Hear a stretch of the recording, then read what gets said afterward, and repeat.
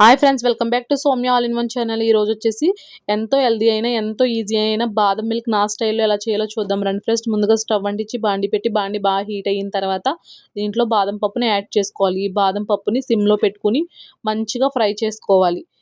సమ్మర్లో పిల్లలకైనా పెద్దవాళ్ళకైనా ఎంతో నచ్చే బాదం మిల్క్ మాట. ఇది సింపుల్గా ఇంట్లోనే చేసుకోవచ్చు. ఒక్క 6 మినిట్స్లో అయిపోతుంది ప్రాసెస్.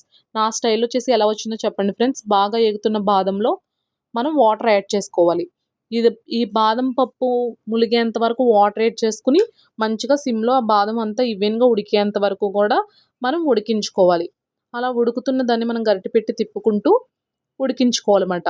ఈలోపు మనం వేరే బౌల్లో కూలింగ్ వాటర్ వేసుకుని ఈ ఉడికిన బాదంని మొత్తం అంతా దాంట్లోకి ట్రాన్స్ఫర్ చేసుకోవాలి. అలా చేయడం వల్ల త్వరగా బాదం పప్పు అనేది చల్లబడుతుంది. త్వరగా పీల్ కూడా త్వరగా వస్తుందన్నమాట. ఇలా గట్టిగా ప్రెస్ చేస్తే ఆ పీల్ అంతా ఊడొస్తుంది. ఇలా మొత్తం అన్నిటిని మనం చేసుకుని పక్కన ఉంచుకోవాలి. పక్కన ఉంచుకున్న తర్వాత వేరొక బాండిని స్టవ్ మీద పెట్టుకుని హీట్ అయిన తర్వాత 1/2 లీటర్ ఫుల్ ఫ్యాట్ మిల్క్ తీసుకోవాలి. గేదె పాలు అయితే చాలా టేస్ట్ ఉంటుంది. అలా పాలను మనం యాడ్ చేసుకుని మంచిగా అది పొంగేంత వరకు వెయిట్ చేయాలి.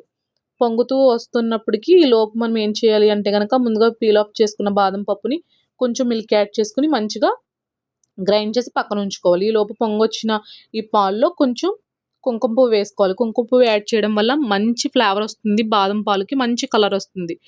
కుంకుమ పువ్వు కనుక మీ దగ్గర లేకపోతే కనుక యాలకులు వేసుకోండి. కలర్ అయితే రాదు, టేస్ట్ అయితే కొంచెం ఫ్లేవర్ వస్తుంది.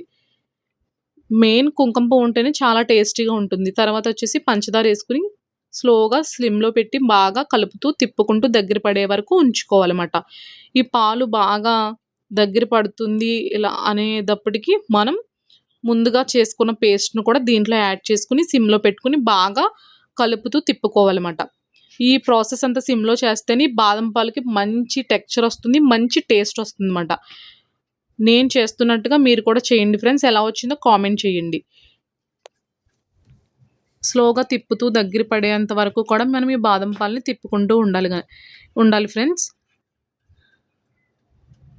బాగా ఈ మరుగుతున్న పాలు బాగా దగ్గర పడుతుంది.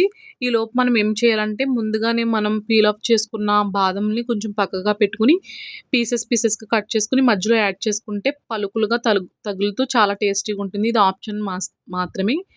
నచ్చితే మీరు కూడా నాలా చేయండి ఫ్రెండ్స్. సూపర్గా ఉంటుంది.